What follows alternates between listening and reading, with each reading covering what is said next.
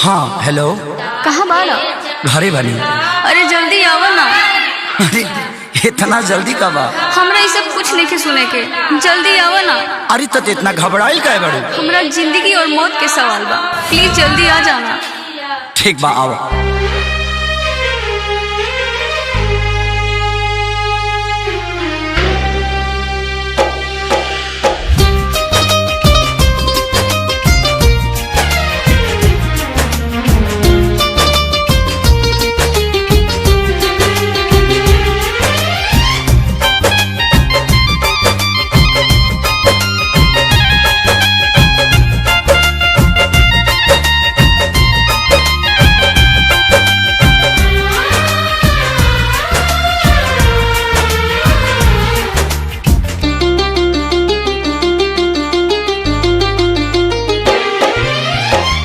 पगली के भइल बाटे पागल के दासा, आज हमरा पता चलल प्रेम के भाषा।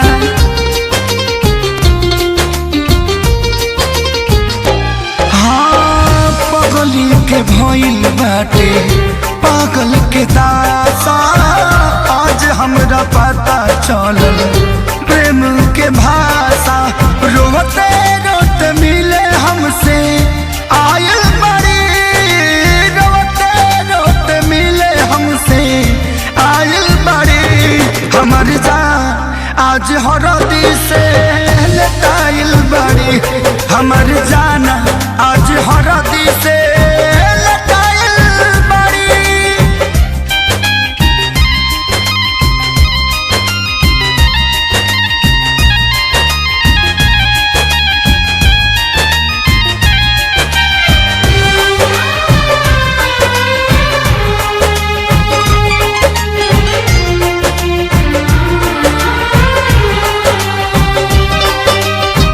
घर परिवार देख खोजत होई जा, छतिया पमुड़ी धके रोवा तारी एही जा।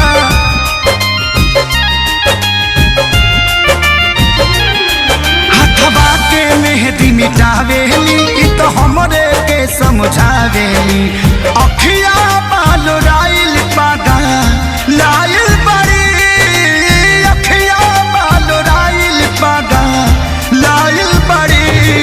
हमर जान आज हरद से लटाइल बड़ी, हमर जान आज हरद से लटाइल बड़ी।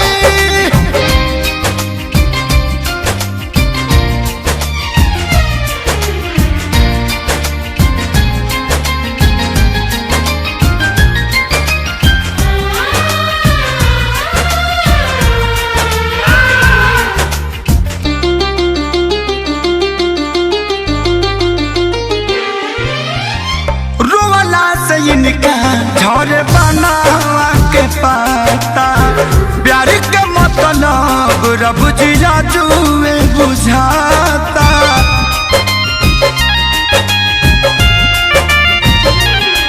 हम इनका से तनिको खफा नहीं खी, काहे की जान बेवफा नहीं खी। अखिलेश के खेसारी खाती भुलायल बड़ी, अखिलेश के खेसारी खाती भुलायल बड़ी। हमर जान आज हरद से लटाइल बड़ी, हमर जान आज हरद से लटाइल बड़ी। ए जान हम तो के छोड़ के ना जाए। सुना, कुर्बानी के नाम ही तो प्यार होला, और प्रेमी से बढ़ के परिवार होला। सबके इज्जत के बात बजान, तोहरा चले के परी चल।